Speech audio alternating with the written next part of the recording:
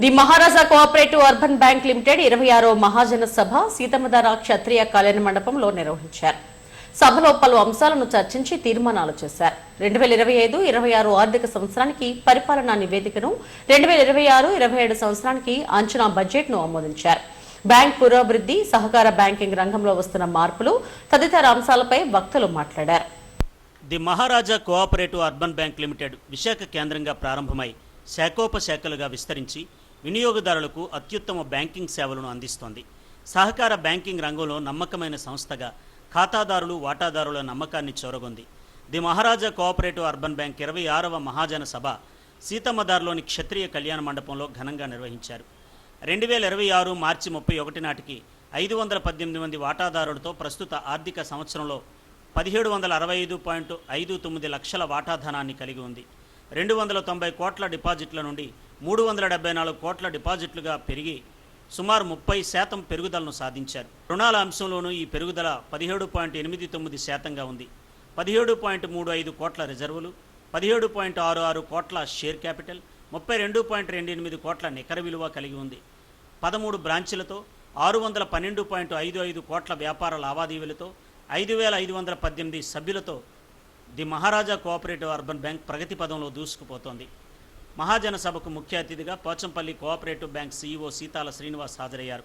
పైడా విద్యా సంస్థల అధినేత పైడా కృష్ణప్రసాద్, జల వ్యవహార సంస్థ చైర్మన్ ఎన్వి రామరాజు, పిఎఫ్ మాజీ commissioner SVS Ramachandra Raju, Sridevi channel అధినేత ఇసుకపల్లి గణేష్ కుమార్ రాజు తదితరులు అతిథులుగా హాజరయ్యారు. అతిథులను బ్యాంకు వ్యవస్థాపక చైర్మన్ ఎం రామకృష్ణరాజు ఘనంగా సత్కరించారు.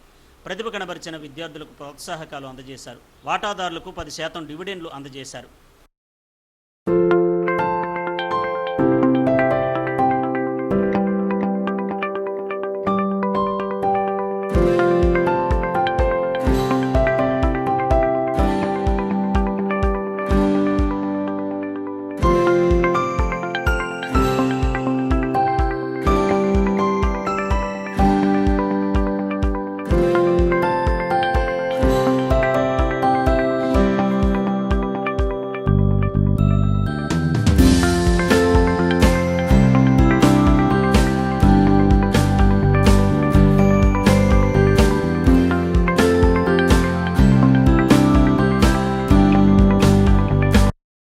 మహారాజా బ్యాంక్ మిగిలిన కోఆపరేటివ్ బ్యాంకుల కంటే సాంకేతిక పరిజ్ఞానాన్ని అందిపుచ్చుకొని వినియోగదారులకు విశ్వసనీయమైన బ్యాంకింగ్ సేవలు అందిస్తోందని Pochampally cooperative bank CEO Seethala Srinivas తెలిపారు.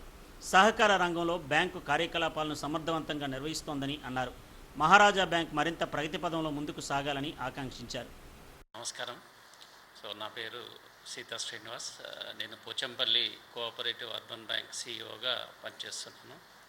కోఆపరేటివ్ అర్బన్ బ్యాంక్ యొక్క 26వ మహాజన సభకి నన్ను ముఖ్య అతిథిగా రాజుగారు మమ్మల్ని ఆహ్వానం చేయడం అనేది చాలా గొప్ప మధురానుభూతిని ఇచ్చింది. ఇక్కడ వయసులో ఏంటంటే చాలా పెద్దవారు నాకన్నా.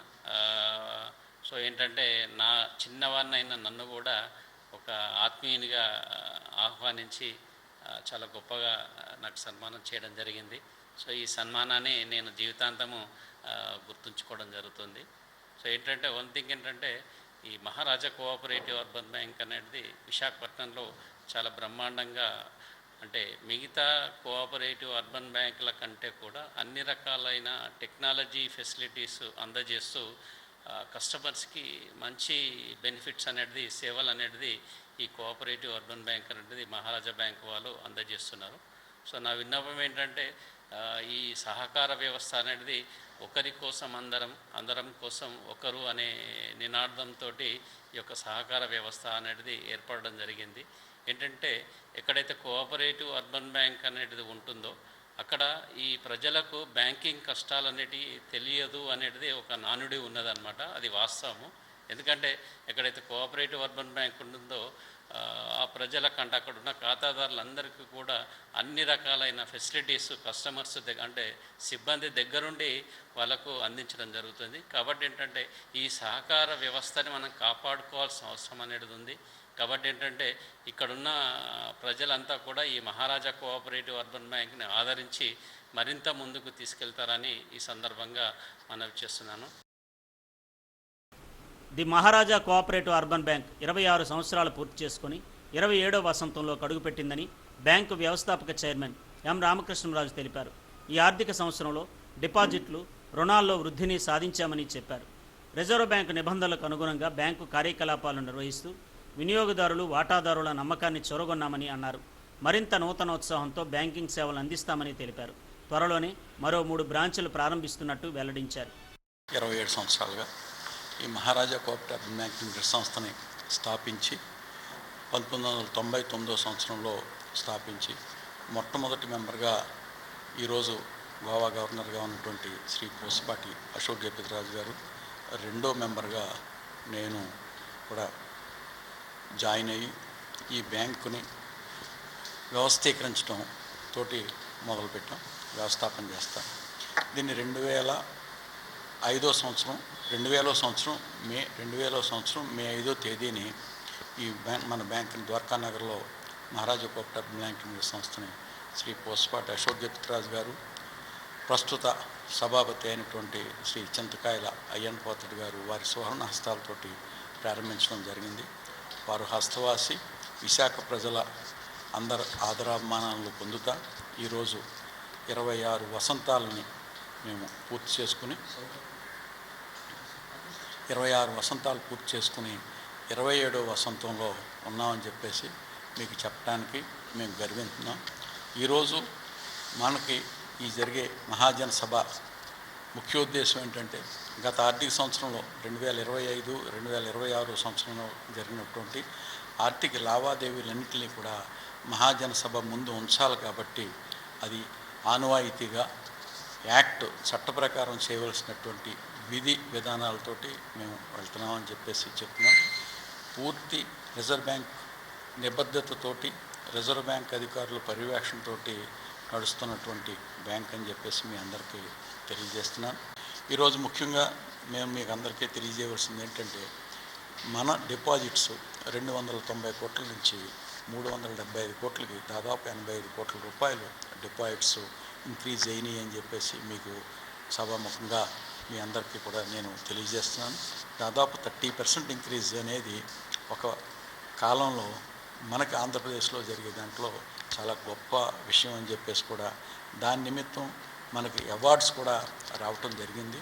లక్నోలో అవార్డ్స్ ఇచ్చారు, అలాగే అంత క్రితం గోవాలో అవార్డ్స్ ఇచ్చారు. మనకు ప్రతి సంవత్సరం కూడా ఈ బ్యాంకింగ్ వ్యవస్థలో, కోఆపరేటివ్ అర్బన్ బ్యాంకింగ్ వ్యవస్థలో మాతో పాటు నా స్నేహితుడైనటువంటి సీతా శ్రీనివాస్ గారు పోచంపల్లి కోఆపరేటివ్ బ్యాంక్ కూడా ప్రతి సంవత్సరం అవార్డులు స్వీకరించడంలో ముందంజలో ఉంటున్నాం. దాన్ని ముఖ్యంగా మీకు తెలియజేసేది ఏముందంటే ఈ సంవత్సరం మనకు దాదాపు 85 కోట్ల రూపాయలు డిపాజిట్స్ పెరిగినాయి, అలాగే 36 కోట్ల రూపాయలు అడ్వాన్సెస్ పెరిగినాయి. దాంతోపాటు రిజర్వ్ బ్యాంక్ అధికారుల పర్యవేక్షణలో జరిగేటువంటి ఈ చార్ట్ని ఆడిటింగ్ సిస్టమ్స్ అన్నీ కూడా మార్చవలసినటువంటి సిస్టమ్ తీసుకొచ్చారు. అట్లన్నిటినీ కూడా ప్రక్షాళన చేసుకుంటా మార్పు అనేది సహజం, మార్పులు జరుగుతూనే ఉంటాయి, చేస్తూనే ఉన్నాం. ఈరోజు డివిడెండు మనం అన్నిటిని అన్ని ఖర్చులు, డిజిటలైజేషన్స్ ఖర్చులు, ఎక్స్పెండిచర్ అన్నీ పోయిగా మనం 10% డివిడెండు సభా సభ్యులు అందరూ హర్షామోదాలతోటి మేము యాక్సెప్ట్ చేసి ఇచ్చారు అని చెప్పేసి మీ అందరికీ కూడా సభాముఖంగా తెలియజేస్తున్నాను. మనకున్నటువంటి లోన్స్లో ప్రయారిటీ సెక్టార్ లోన్స్ దాదాపు more than 90% priority sector loans ఇవ్వడం జరిగింది. ఈ ప్రయారిటీ సెక్టార్లోకి వచ్చేటప్పటికి ఉమెన్ ఎంపవర్మెంట్ వస్తుంది, ఎంఎస్ఎంఈ వస్తాయి, స్మాల్ ఫైనాన్సింగ్ ఎవరికైతే చేసామో వాళ్ళందరూ కూడా ఈ ప్రయారిటీ సెక్టార్లోకి రావడం జరుగుతుంది. డిజిటలైజేషన్లోకి వచ్చిన తర్వాత ఎక్స్పెండిచర్ చాలా పెరిగింది. ఆ ఎక్స్పెండిచర్ని తట్టుకోవడానికి స్మాల్ బ్యాంకింగ్ వ్యవస్థ సరిపోదు. మేము కూడా రిజర్వ్ బ్యాంక్ ఆఫ్ ఇండియాని మీ ద్వారా కూడా మేము చెప్తున్నాం, కనీసం 4-5 బ్యాంక్స్ని కలిపి మెర్జ్ చేసి షెడ్యూల్డ్ బ్యాంక్ స్టేటస్కి తీసుకెళ్ళి ఆ షెడ్యూల్డ్ బ్యాంక్ స్టేటస్ నుంచి స్మాల్ ఫైనాన్స్ బ్యాంక్కి తీసుకెళ్ళాలి అని చెప్పేసి మేము మనవి చేస్తున్నాం రిజర్వ్ బ్యాంక్ ఆఫ్ ఇండియా వారికి. మేము మీ ద్వారా మేము తెలియజేస్తున్నాం. మేము ఈరోజు కూడా మా మీద రిజిస్ట్రేషన్స్ పెట్టినా we are ready to face, we are ready to withdraw. ఏదైతే ఉందో బోర్డ్ ఆఫ్ డైరెక్టర్స్లో రిజిస్ట్రేషన్స్ కానివ్వండి, బోర్డ్ ఆఫ్ మేనేజ్మెంట్లో ఉండే రిజిస్ట్రేషన్ కానివ్వండి, వాటిలన్నింటికి కూడా మేము తప్పనిసరిగా తప్పకుండా వారు చెప్పిన యాక్ట్ ప్రకారం మేము వెళ్తామని చెప్పేసి మీ అందరి సమక్షంలో కూడా మేము చెబుతున్నాం. ఎటువంటిది ఏమన్నా ఉన్నా సరే, ఎటువంటి ఇబ్బందులు కూడా ఏ రూమర్స్ నమ్మకండి. దయచేసి మీ డబ్బు మీరు చాలా కష్టపడి సంపాదించినటువంటి మీ డబ్బు మీ భావితరాలకి ఆ డబ్బు మీకు చేరాలి, ఆ ఫలాలు వాళ్ళకి అందాలి అంటే మోసపోకండి. ఎవరో ఇన్ని రెట్లు ఇస్తాం, అన్ని రెట్లు ఇస్తాం, దాంట్లో పెట్టండి, దీంట్లో పెట్టండి అని అనకండి. ఫిక్స్డ్గా 7% వచ్చినా, 8% వచ్చినా, 9% వచ్చినా డిపాజిట్స్ రూపంలోనే పెట్టుకోండి అని చెప్పేసి అందరికీ కూడా నేను ఒక్కసారి మనవి చేస్తున్నాను. రాబో రోజుల్లో ఈ రూపీ అనేది మనకి ఇస్తున్నారు. ఈ రూపీలో కూడా రూపాయి, 10 రూపాయల బిళ్ళ, 5 రూపాయల కాయిను, 10 రూపాయల కాయిను, అలాగే 5 రూపాయల నోటు, 10 రూపాయల నోటు, 20 రూపాయల note, 50 rupees note, 100 rupees note, 200 rupees note, 500 rupees నోట్లు కూడా మనకి ఈ రూపీలో ఇస్తున్నారు. దాదాపు 14 బ్యాంక్స్కి ఈవేళ 19 బ్యాంకులకి ఈవేళ ఈ రూపీ వ్యాలెట్ మీరు చేయటం కోసం అనుమతి ఇచ్చారు. ఈ 19 బ్యాంకుల్లో 11 బ్యాంకులు నేషనలైజ్డ్ బ్యాంక్సే ఉంటాయి. దాదాపు 11 బ్యాంకులు నేషనలైజ్డ్ బ్యాంక్. అలాగే మిగిలిన పెద్ద షెడ్యూల్డ్ కమర్షియల్ బ్యాంక్స్, ఆ బ్యాంక్స్లకి ఈ వ్యాలెట్ ఇంటర్నేషనల్ బ్యాంక్స్ కూడా ఇవ్వటం జరుగుతుంది. చాలామంది అపోహ పడొద్దు, దేనికోసం అధిక లాభాల కోసం ఆరాటపడొద్దు. ప్రశాంతమైనటువంటి జీవితం మీకు నడవాలి అంటే అర్బన్ కోఆపరేటివ్ బ్యాంక్స్లో డిపాజిట్ చేసుకోండి. దీంట్లో డిఐసిజిసి ఇన్సూరెన్స్ ప్రకారం 5 లక్షల రూపాయల వరకు కూడా మీరు పెట్టిన డిపాజిట్కి గ్యారంటీ ఉంటుంది. దాదాపు ఈ సంవత్సరం 42 లక్షల రూపాయలు డిఐసిజిసి ఇన్సూరెన్స్ కోసమే ఖర్చు పెట్టాము. నేను ఈరోజు మహాజన సభలో చెప్పిన లెక్కల ప్రకారం దాదాపు 2,70,00,000 రూపాయలు డిఐసిజిసి కింద అవనే మేము ట్యాక్స్ టీడీఎస్లో కలెక్ట్ చేయటం అవనండి, ఇన్కమ్ ట్యాక్స్ అవనే ఉండి, సిటీఎస్ మేము చేసినట్లన్నింటికి కూడా 2,70,00,000 రూపాయలు ప్రభుత్వ ఆదాయం కింద మేము చూపించగలిగాం, ప్రభుత్వ ఆదాయానికి ఇచ్చాం. వేరే మా మెంబర్స్కి ఇవ్వడానికి 1,70,00,000 ఉంటే ప్రభుత్వానికి మేము ఇచ్చిన ఆదాయం 2,70,00,000 రూపాయలు అని చెప్పేసి మేము సగర్వంగా చెబుతున్నాం. దయచేసి అందరూ కూడా మన మహారాజా కోఆపరేటివ్ అర్బన్ బ్యాంక్ లిమిటెడ్ సంస్థని ప్రేమించి ఆదరించి మంచి డిపాజిట్దారులుగా, మంచి వాటాదారులుగా, మంచి అప్పుదారులుగా, మంచి శ్రేయోభిలాషులుగా ఉండండి అని చెప్పేసి నేను మనవి చేస్తున్నాను. అప్పుదారులు అందరూ కూడా, అప్పు తీసుకున్నటువంటి వ్యక్తులందరూ కూడా సకాలంలో అసలు వడ్డీలతో సహా చెల్లించి మహారాజా కోఆపరేటివ్ అర్బన్ బ్యాంక్ లిమిటెడ్ సంస్థ అభివృద్ధి కోసం మీరందరూ కూడా మాకు చేయూతనివ్వాలని చెప్పేసి అప్పుదారులందరికీ కూడా మనవి చేస్తున్నాను.